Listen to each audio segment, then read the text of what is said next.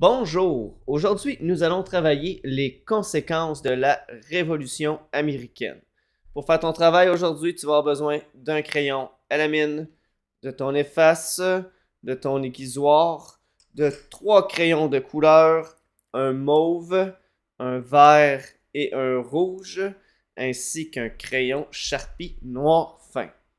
Je te laisse sortir ton matériel. Donc aujourd'hui, nous allons travailler les conséquences territoriales, les conséquences politiques et sociales de la Révolution américaine. Nous allons travailler les conséquences territoriales avec la carte. On va mettre quelques éléments sociaux à l'intérieur. Et en réseau de concepts, ici, nous allons travailler les conséquences politiques et sociales. Alors, pour commencer immédiatement à mettre nos informations sur la carte, on va indiquer notre titre. Alors ici, ça va être les conséquences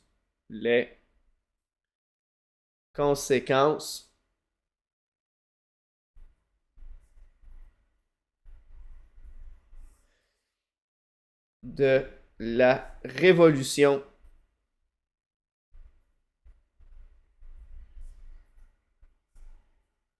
américaine.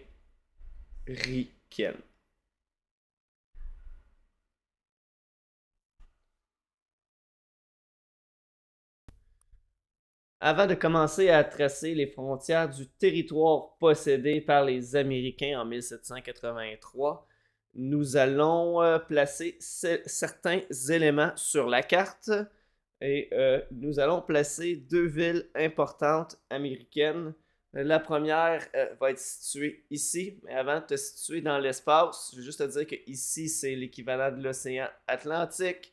Tu vas avoir le fleuve Saint-Laurent ici et tu vas avoir les Grands Lacs. Alors ici, sur le bout de l'île, nous allons faire un petit point et nous allons écrire New York.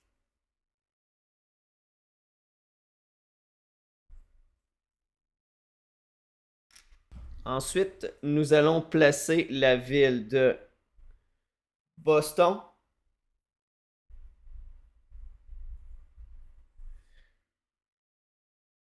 Et nous allons placer les villes de Québec et de Montréal. Le truc que je peux te donner pour placer la ville de Québec, c'est lorsque tu as une carte comme ça, que tu n'as pas le bout du fleuve Saint-Laurent qui va relier d'ici au Grand Lac. Québec va toujours être à l'endroit où le fleuve disparaît. Ici, on va mettre un point Québec.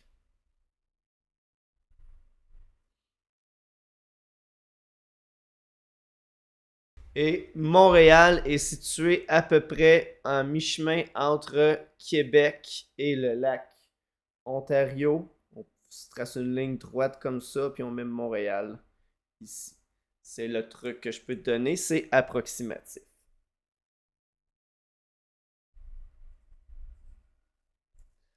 Autre élément que nous allons mettre sur la carte que nous allons colorier plus tard, nous allons faire la frontière entre les États-Unis et le territoire qu'on appelle à cette époque-là la province de Québec ou les colonies britanniques en Amérique du Nord. Alors, je vais partir du lac Ontario ici et je vais m'en aller de façon un petit peu approximative, comme ça ici. Et je vais tourner comme ça. Donc ça ici, c'est ma frontière entre le territoire du Québec possédé par les Britanniques, c'est-à-dire la Grande-Bretagne, et les Américains au sud. Autre élément que nous allons préparer sur notre carte immédiatement, dans le but que tu vois le changement territorial des États-Unis avant et après la Révolution américaine, c'est que nous allons tracer les Appalaches, qui est une chaîne de montagnes. Et là, ici, je vais tracer une ligne, et sur cette ligne-là, après ça, nous allons faire 2 petites montagnes. Ça va ressembler à peu près à ça ici. Donc, c'est une chaîne de montagnes qui va monter en passant ici, en allant jusqu'en Gaspésie. Ça ressemble à peu près à ça. Ensuite, ce que je vais te faire pour dire que c'est des montagnes, comme c'est une carte artisanale, nous allons faire des petites montagnes, comme ça ici. Vois-tu les petits triangles, comme ça ici que j'ai fait? Pour pas que ça soit trop pénible pour toi, ce qu'on va faire, c'est qu'on va faire une chaîne de montagnes, comme ça ici, en petits triangles, et tu peux tout de suite prendre ton crayon Sharpie noir pour faire les montagnes le long de la ligne que nous avons faite. Petit truc, tu y vas toujours peut-être à une série de 3 comme ça avec un dans le milieu. Tu peux y aller de 2 et ainsi de suite. Comme je dis souvent, nous ne sommes pas des cartographes, alors on fait ce qu'on peut. Si tu veux aller plus vite, tu peux faire ta chaîne de montagnes comme ça et tu n'en rajoutes une de temps en temps.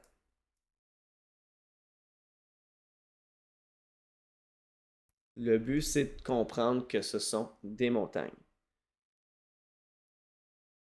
Avant la Révolution américaine, les colons britanniques, en fait, vont vouloir aller coloniser au-delà des Appalaches et les autorités britanniques vont dire non. Et c'est un des enjeux de la Révolution américaine. Lorsqu'on parle d'enjeux, on parle surtout de revendications. Les colons britanniques situés dans les 13 colonies revendiquent la possibilité d'aller coloniser les terres au-delà des Appalaches, à l'ouest dans la vallée de l'Ohio.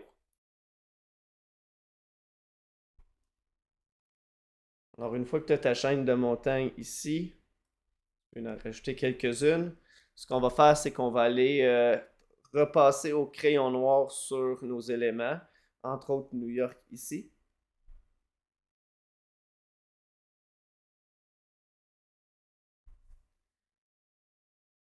Je vais mettre Boston.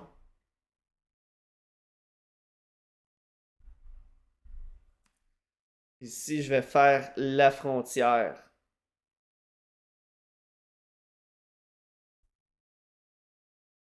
entre le Québec et les États-Unis. Je vais repasser sur Montréal.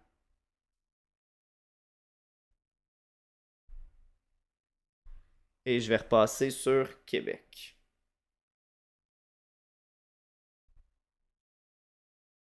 Et par le même fait, un peu plus haut, je vais aller repasser sur les conséquences de la Révolution américaine.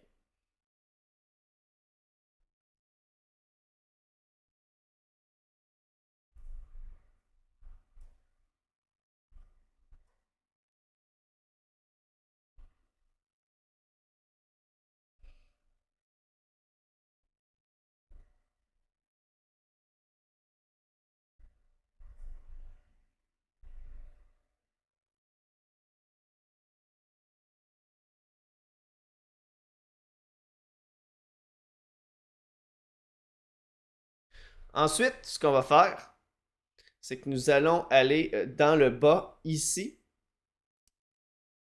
et nous allons faire notre légende. Alors, on va marquer ici un petit carré.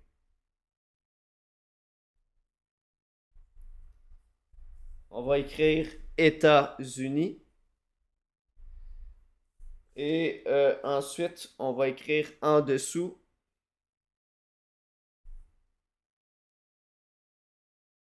possession britannique.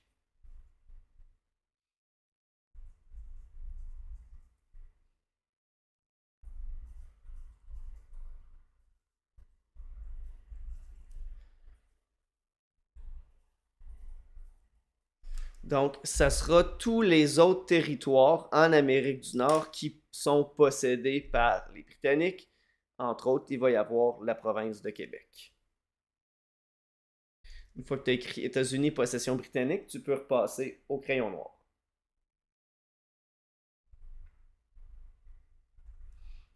État ici avec un S.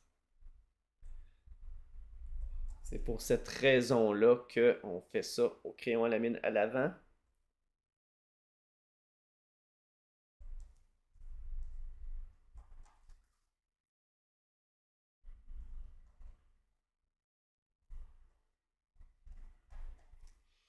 Alors, ça ici, ça va être nos informations de base. Une fois que c'est séché, ce que tu vas faire, c'est que tu vas effacer tout ton crayon à la mine.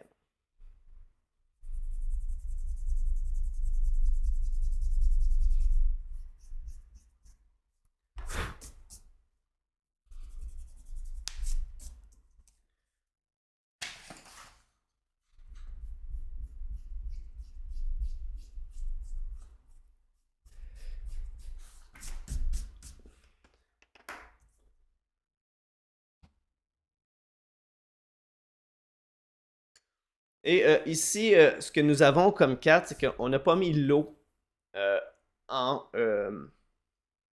en gris lorsque je te l'ai fait imprimer.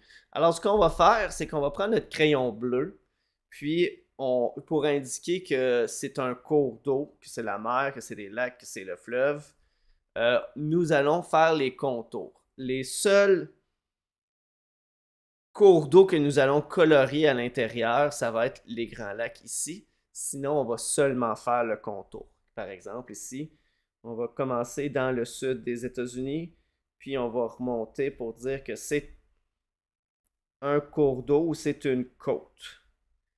C'est le territoire des Américains qui donne sur l'océan Atlantique.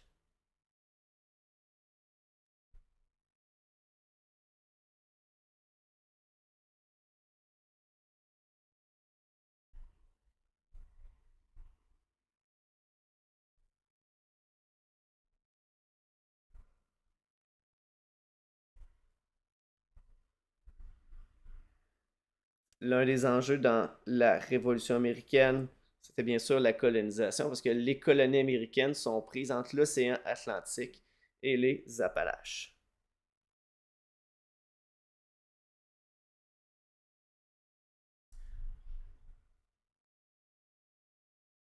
Donc là, ici, je suis dans le golfe du Saint-Laurent. Je ne colorie pas tout l'intérieur du fleuve Saint-Laurent. Je vais juste tracer en bleu le long de la côte jusqu'à Québec. Et je vais remonter jusqu'au territoire qui est aujourd'hui le Labrador. Je vais faire le contour de ce qui est aujourd'hui Terre-Neuve.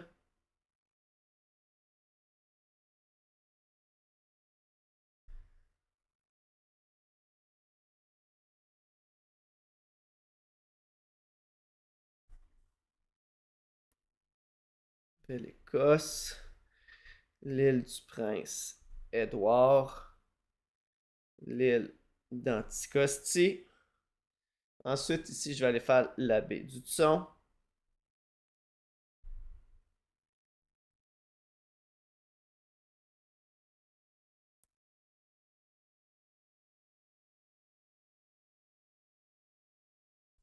Comme ça ici. Je vais aussi, par le même fait, ici, on va avoir oublié de faire des frontières au niveau des Grands Lacs. On va y aller de façon un petit peu approximative, comme ça ici. Et comme ça.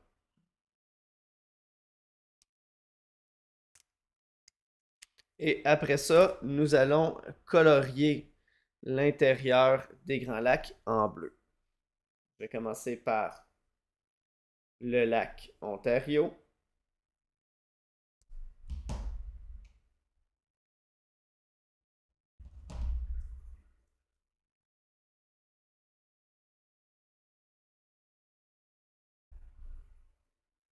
Ça, je vais faire le lac Erie.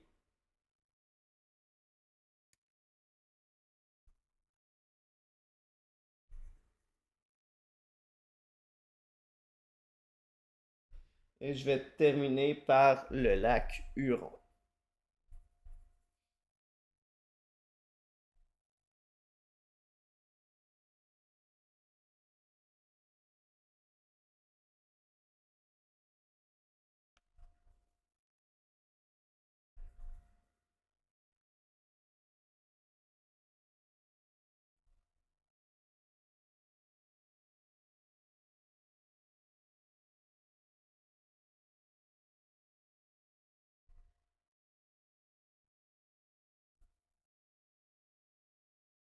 Donc, on a nos cours d'eau qui vont être avec les côtes, on a nos grands lacs qui sont ici.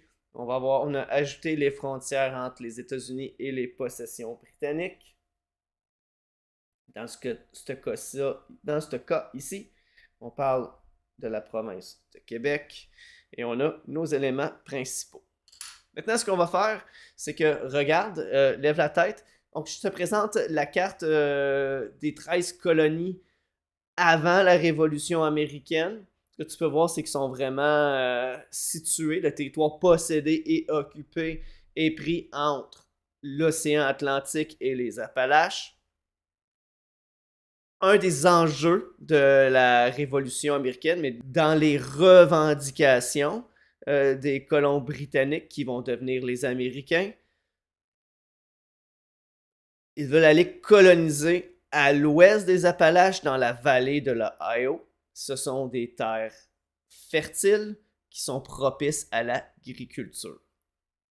Alors, ce qui va changer, donc la conséquence territoriale, c'est que les terres qui sont à l'ouest des Appalaches, dans la vallée de l'Ohio, vont devenir la possession des Américains. Ça va faire partie du territoire possédé des États-Unis. Alors, ce que je vais faire, voici la carte. Ici, on a les Appalaches. Je vais tout de suite, pour te faire visualiser le changement, on va prendre le vert pour les États-Unis. On va le mettre en vert.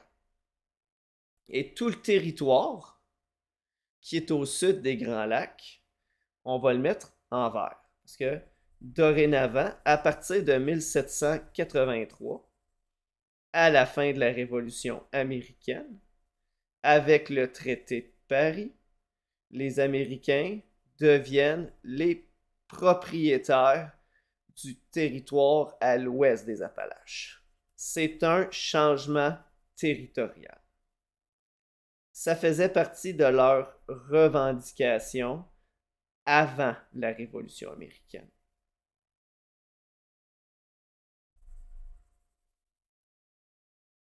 Donc, ils ont gagné la guerre d'indépendance. Ils ont obtenu les territoires qui étaient à l'ouest des Appalaches. Ici, je te montre une vision partielle.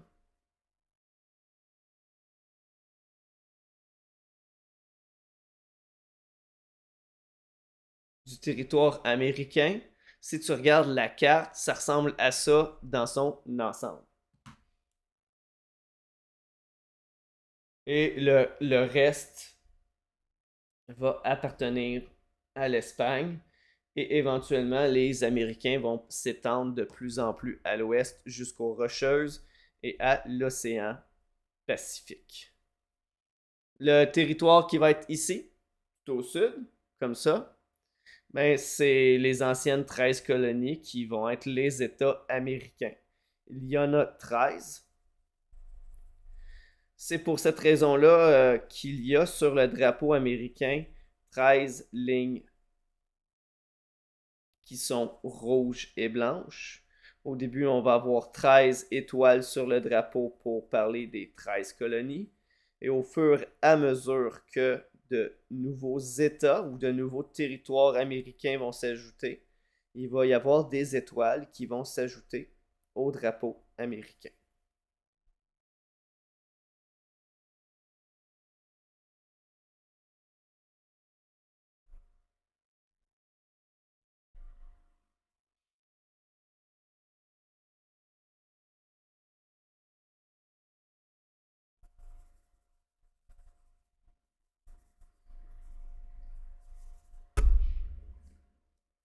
Ensuite, ce que nous allons faire, c'est que nous allons faire les possessions britanniques en mauve.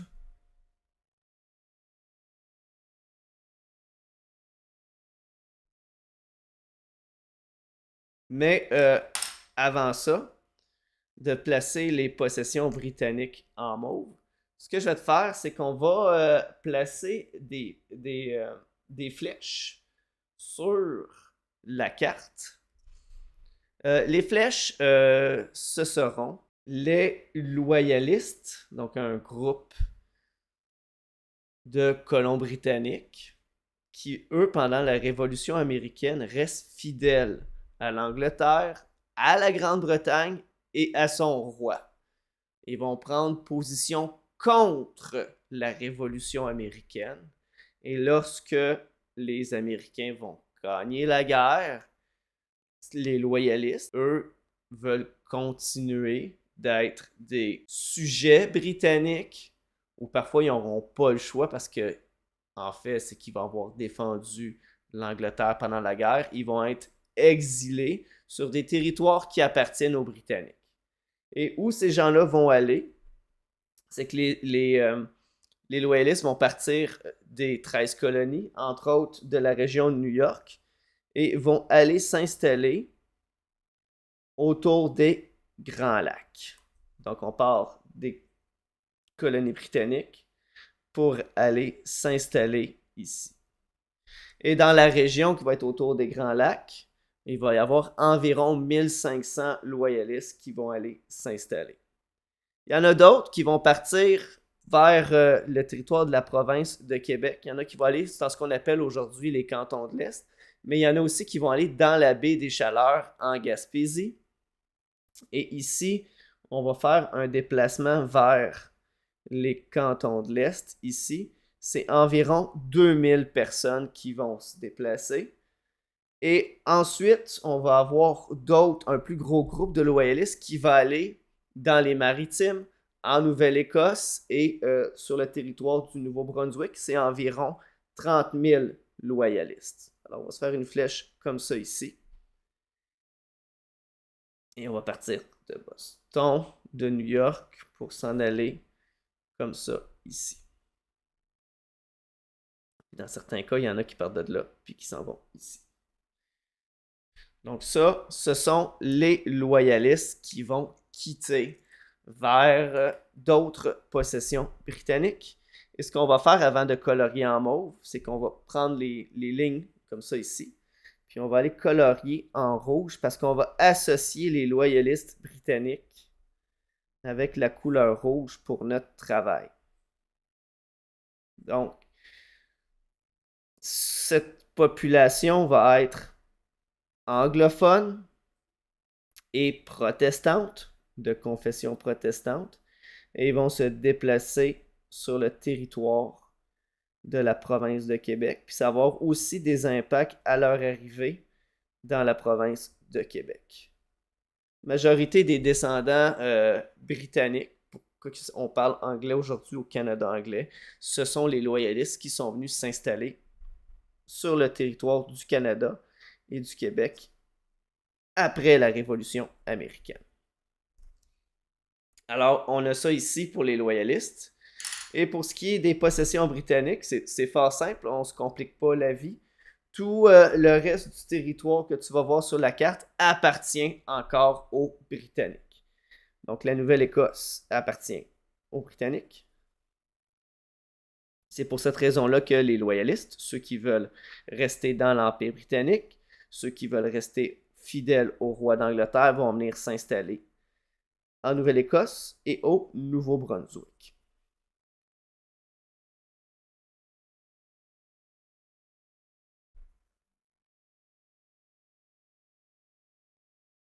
Pour ce qui est des loyalistes, il faut que tu comprennes que ce sont des gens qui prennent position contre la Révolution américaine, mais dans la plupart des cas, ce sont des gens bien ordinaires. Ce ne sont pas des gens qui font partie des élites, ce sont plutôt des fermiers, des agriculteurs. Souvent, ils vont laisser tout derrière eux. Quelques-uns apportent avec eux ce qu'ils possèdent. Mais généralement, c'est comme un exil. On laisse ce qu'on a derrière nous, on apporte le strict nécessaire et on va s'installer sur un autre territoire. Je vais y revenir un peu tantôt quand on va faire le réseau de concepts sur les loyalistes. Tout le reste du territoire ici, comme ça va être mauve. N'oublie pas l'île d'Anticosti, Terre-Neuve,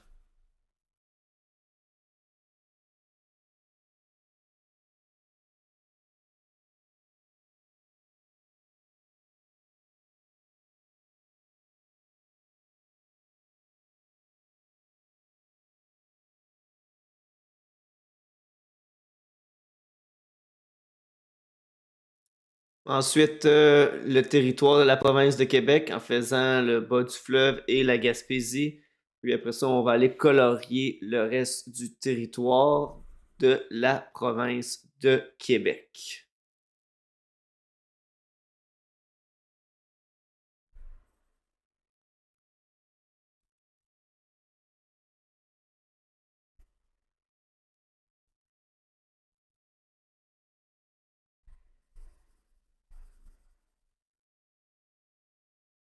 C'est pas facile.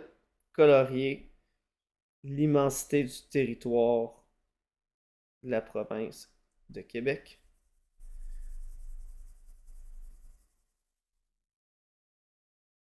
Mon truc que j'ai pour compenser mon ineptitude à colorier, c'est de toujours y aller dans le même sens et de ne pas trop appuyer fort.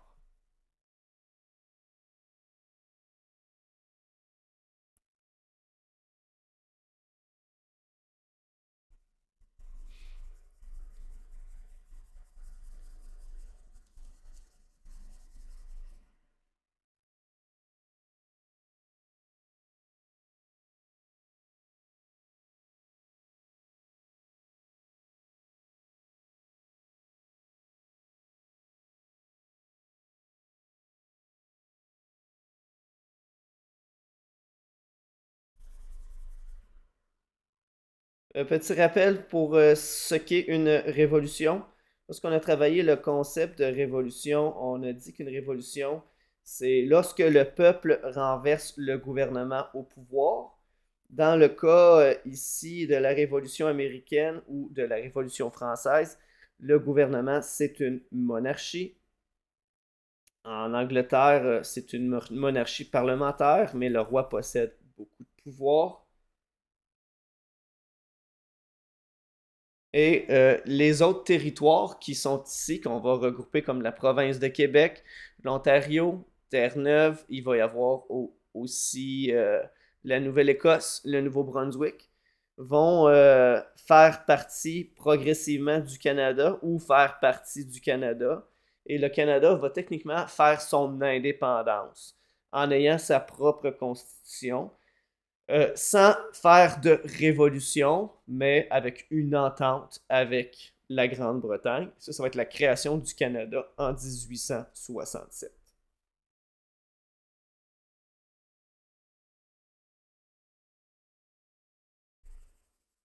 Comme ça ici. Alors, on va voir notre carte. On a, petit rappel, les États-Unis qui sont ici en vert. On va avoir le territoire original des 13 colonies qui sont situées entre l'océan Atlantique et les Appalaches.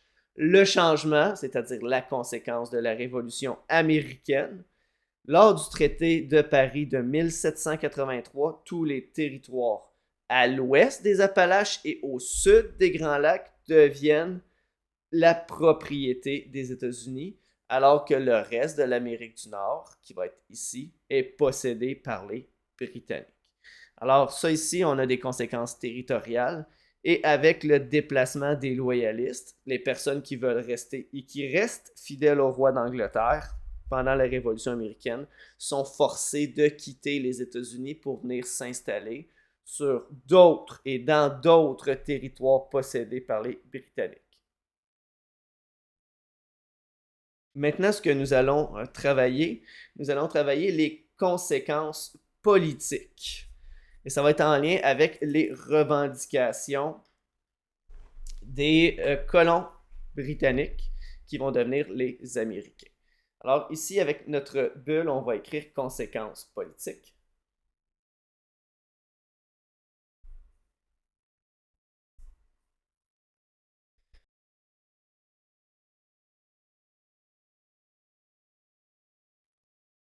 Je te rappelle qu'une conséquence politique, ça peut être positif ou négatif. Et on va voir c'est quoi. Donc, la principale conséquence politique, ça va être l'indépendance des États-Unis.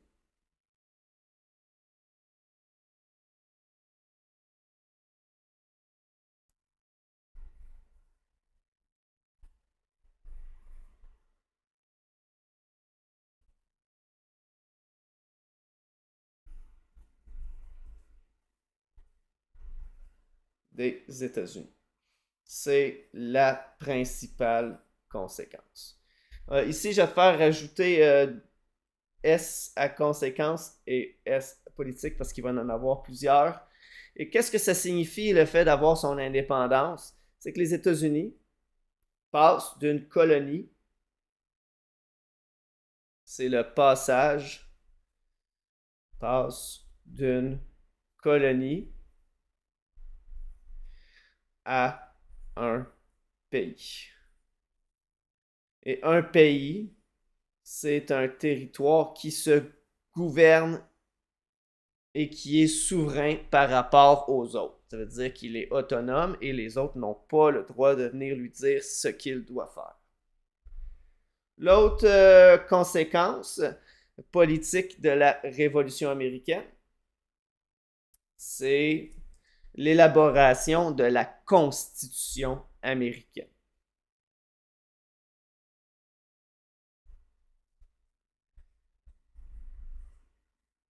De la Constitution américaine.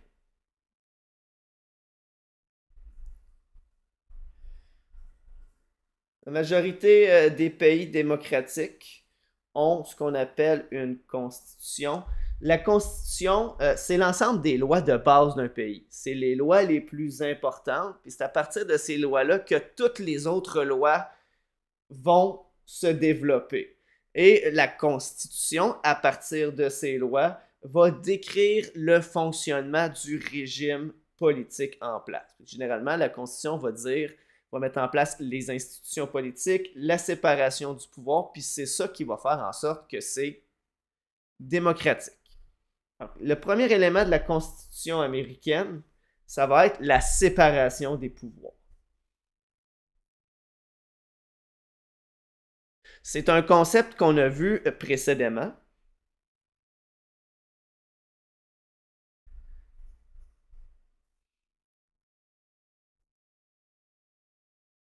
Et la séparation des pouvoirs, je te fais un rappel parce que l'examen arrive bientôt. La séparation des pouvoirs s'oppose à l'absolutisme. L'absolutisme, c'est les pouvoirs absolus qu'un roi va posséder. Fait qu'un roi va posséder tous les pouvoirs. C'est lui qui fait les rois. C'est lui qui fait les rois. C'est lui qui fait les lois.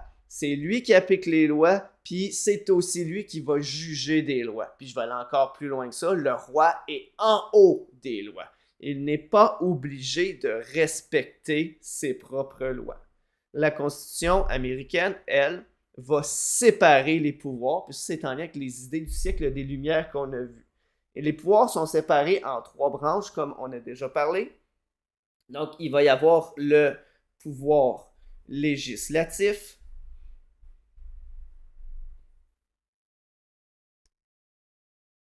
il va y avoir le pouvoir exécutif,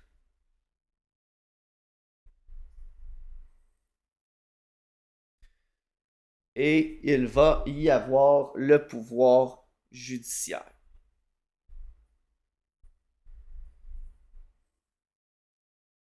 En ayant une séparation des pouvoirs comme ça permet en sorte qu'il n'y a pas un groupe d'individus ou une personne qui va abuser de ses pouvoirs. C'est comme si tout le monde se surveillait pour s'assurer que tout le monde respecte la loi et dans ce cas-ci, la Constitution américaine. Comment ça fonctionne? Au niveau du pouvoir législatif, ça va être le Congrès américain. Le Congrès américain est constitué de personnes élues. Donc, on va y aller avec le terme élu. Je ne rentre pas dans la politique américaine, mais c'est des élus aux États-Unis lors des élections, mais aussi dans les États. C'est la représentativité. C'est le droit à la représentation. Quand on a travaillé les droits fondamentaux, dans les droits fondamentaux, on avait vu qu'il y avait le droit d'être représenté, c'est-à-dire qu'il y ait des élections, mais c'est aussi un des enjeux de la Révolution américaine. Ça fait partie des revendications des colons britanniques d'être représentés au Parlement britannique. Bien sûr, le Parlement britannique puis le roi, les deux disent non, Mais avec la Révolution américaine, bien, les Américains ont leur revendication principale d'être représentés dans le gouvernement.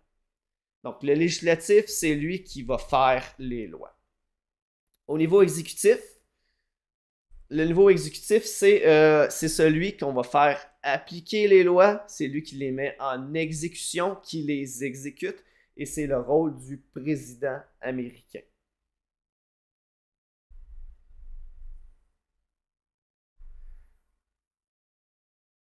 Et au niveau judiciaire, le judiciaire, lui, c'est celui qui va avoir le rôle d'interpréter les lois et de s'assurer que lorsqu'il y a une poursuite judiciaire, ça peut être n'importe qui poursuit n'importe qui pour une raison valable, c'est lui qui va s'assurer d'interpréter la loi et de donner son jugement par rapport à ça. Et aux États-Unis, on a différents niveaux judiciaires, mais qu'est-ce qui va venir avec la Constitution américaine? Ça va être la Cour suprême. Alors, si on a un président américain ou le Congrès qui ne respecte pas les lois de la Constitution américaine, il est possible de poursuivre ces personnes et d'aller devant les tribunaux. Et souvent, ça va aller jusqu'en Cour suprême. Et c'est la Cour suprême qui va dire si quelqu'un ou une personne a abusé de ses pouvoirs. L'autre élément ici qu'on va avoir, je vais juste mentionner que la Constitution américaine, je vais le mettre ici en haut. On a parlé qu'une révolution, c'est souvent le peuple qui renverse et la Constitution américaine commence par We the people. Ça veut dire nous, le peuple. We the people.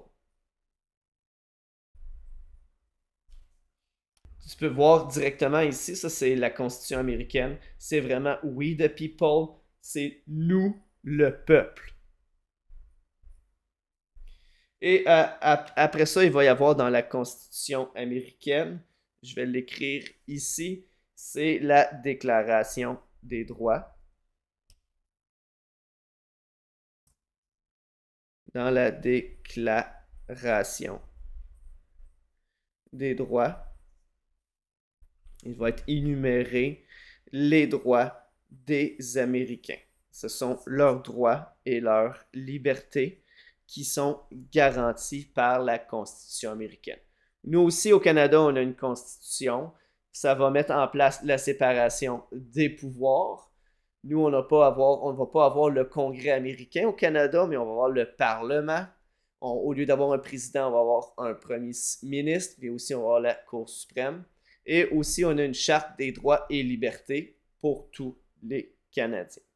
Alors, ce sont ça ici les conséquences politiques. C'est l'indépendance des États-Unis et la mise en place d'un nouveau système de loi, qui est la Constitution américaine, qui est mise sur la participation du peuple, la séparation des pouvoirs et de la déclaration des droits. Et là, tout de suite, si tu veux, tu peux repasser au noir sur ça. Et après ça, on va terminer avec les conséquences sociales.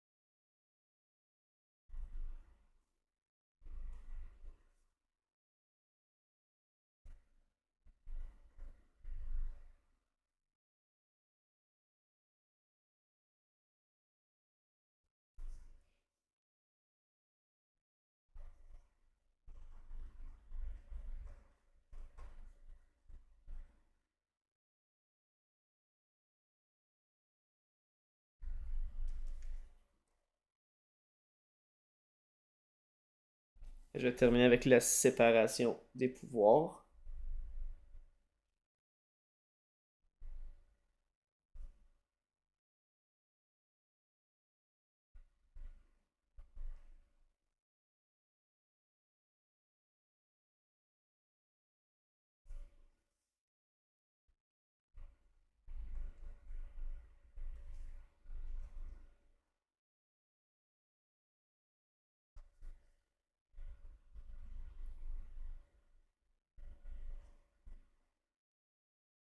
Juste de mentionner que lors de ton examen, tu vas avoir des énoncés et tu faut que tu me dises est-ce que c'est le pouvoir législatif, exécutif ou judiciaire.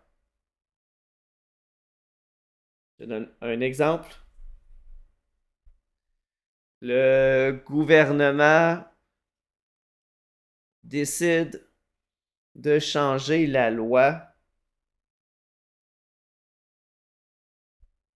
en faisant passer la limite de vitesse de 100 à 120 km. Le gouvernement discute et décide finalement dans la loi d'écrire 115 km/h. Est-ce que c'est législatif, exécutif ou judiciaire? C'est législatif parce qu'on est dans l'écriture et l'élaboration des lois. Après ça, le premier ministre décide de mettre en place et en vigueur cette loi. Et partout à travers la province, les panneaux vont être changés pour indiquer limite de vitesse 115 km/h. Est-ce que c'est législatif, exécutif ou judiciaire? Ça va aller dans exécutif.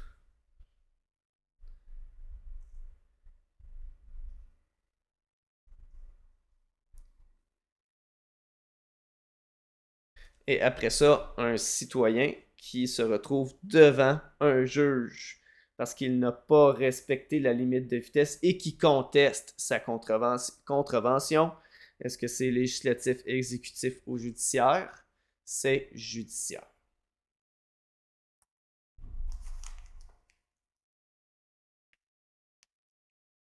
Prochaine étape, on va travailler les conséquences sociales.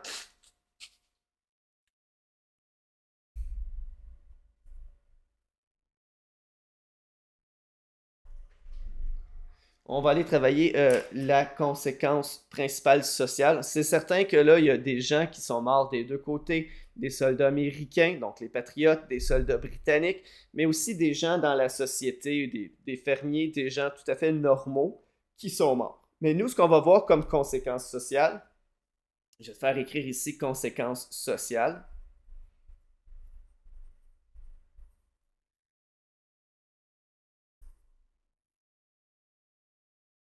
Conséquences sociales. Ça va être autour des loyalistes. Parce que je veux revenir sur le fait que lorsqu'il y a une révolution, c'est pas 100% de la population qui est en accord avec la révolution américaine. Pendant la révolution américaine, c'est 15 à 20% de la population qui est en désaccord, qui est contre la révolution américaine, qui est contre le fait de faire l'indépendance et de se battre contre les Britanniques. Un loyaliste, c'est quelqu'un qui veut rester dans l'Empire britannique. Et lui, hein, il peut aller se battre avec les soldats britanniques, il peut dire son opinion ou il peut rester passif, mais ça reste qu'il veut rester dans l'Empire britannique, puis il est correct avec le roi d'Angleterre. Alors, il y a ces gens-là. Qu'est-ce qui se passe après la Révolution américaine? Parce que techniquement, c'est eux qui ont perdu la guerre d'indépendance. Alors, les loyalistes. Et là, ici, je vais utiliser le terme émigration des loyalistes.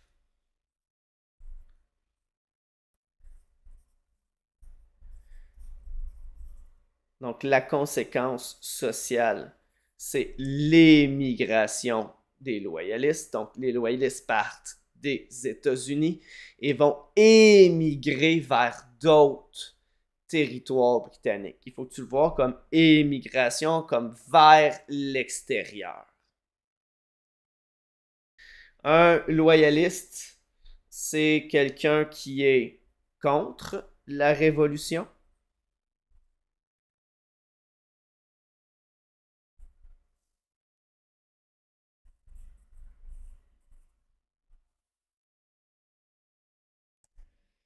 Qui va être loyal,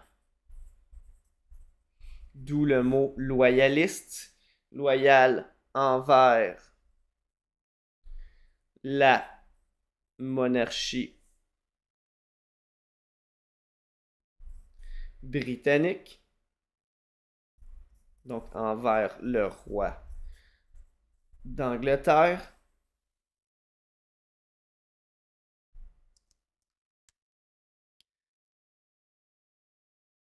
Par les Américains, ils vont être considérés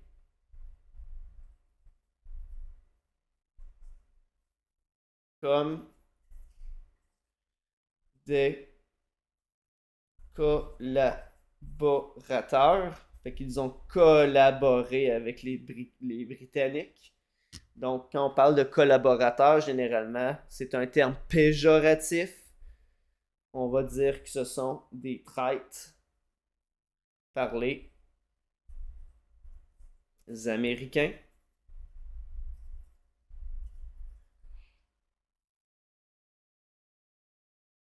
Je vais mettre un S à considérer parce que c'est les loyalistes. Comme ça. Ensuite, l'émigration des loyalistes, c'est un déplacement forcé. Ils sont forcés de quitter les États-Unis.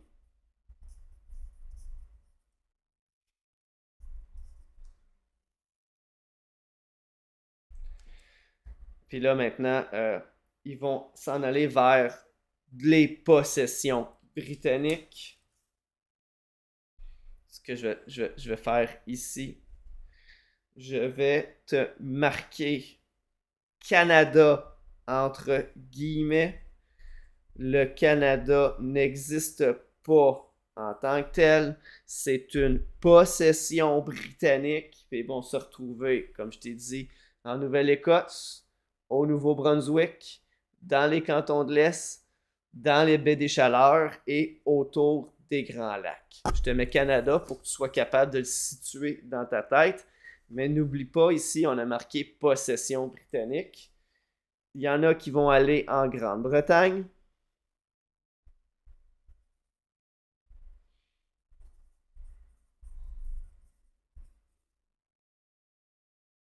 Et il y en a qui vont aller dans les autres colonies parce que les Britanniques possèdent de nombreuses colonies. Alors ça a un impact social sur les gens. Parce qu'après une guerre, c'est pas tout le monde qui s'est entendu ensemble pendant la guerre. Qu'est-ce qui se passe avec ceux qui ont perdu?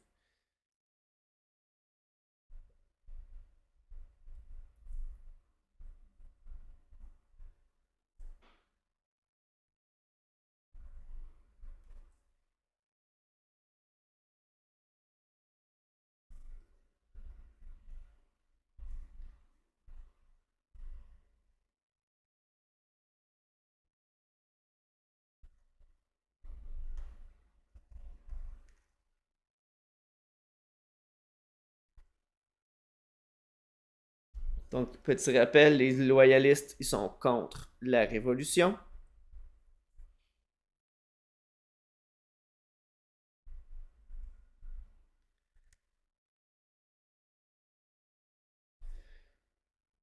Ils sont loyaux envers la monarchie britannique.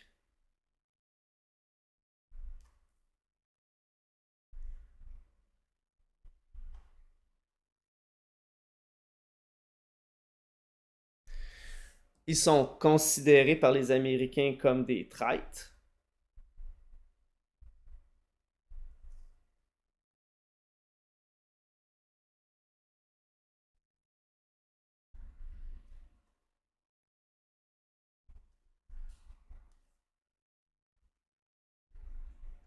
Traître, traître, traître, traître. Attends.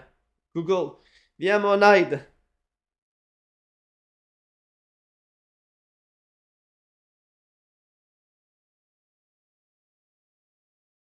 Traître. Alors, traître. Grosse erreur de français avec un petit chapeau. T-R-E-S. Donc, T-R-A-I. C'est un circonflexe. T-T. T-R-E-S. Je suis capable. T-R-E-S. Un traître. Donc, ce sont des collaborateurs, des traîtres. J'ai réussi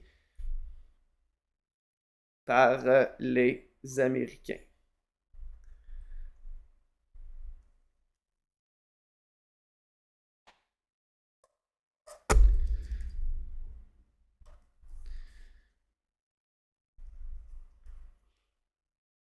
Les loyalistes sont forcés de quitter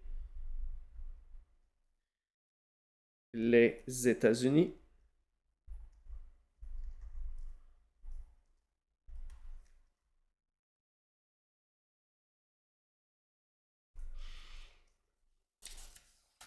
Et ils vont quitter. Je te mets ici, encore là, je te le répète.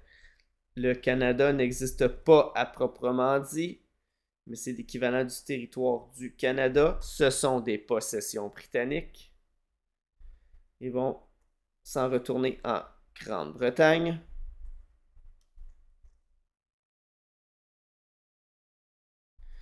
Ou dans d'autres colonies.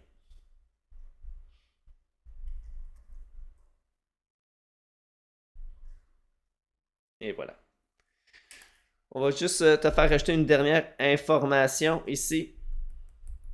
Ici, on va s'assurer que ça soit sèche. On va effacer.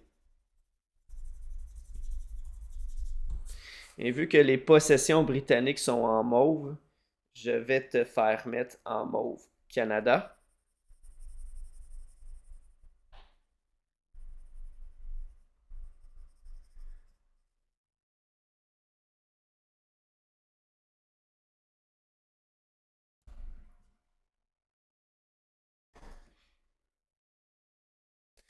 Et indépendance des États-Unis.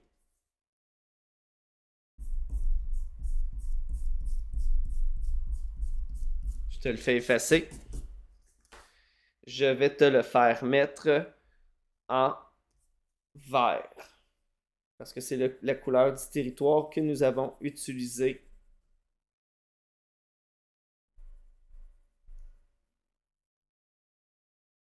pour présenter le territoire des États-Unis.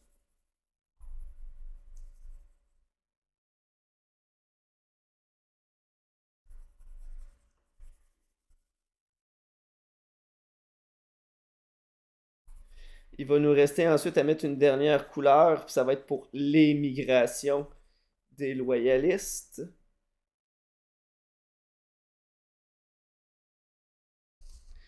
Ici, émigration des loyalistes.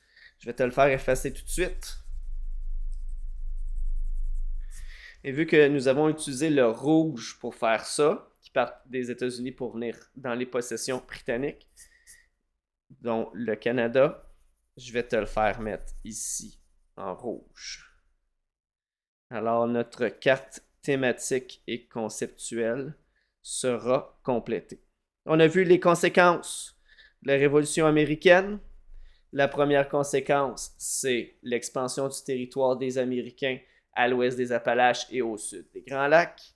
La conséquence politique, c'est la création de la Constitution américaine avec la séparation des pouvoirs et la déclaration des droits.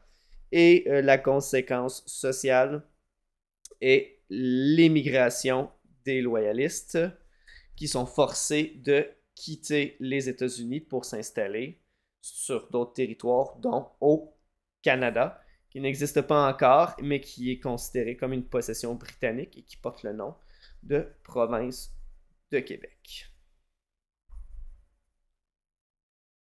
C'est ce qui conclut notre carte sur les conséquences de la Révolution américaine. Tu peux effacer tout le reste sur ta carte et ensuite, tu peux la mettre dans ton cartable.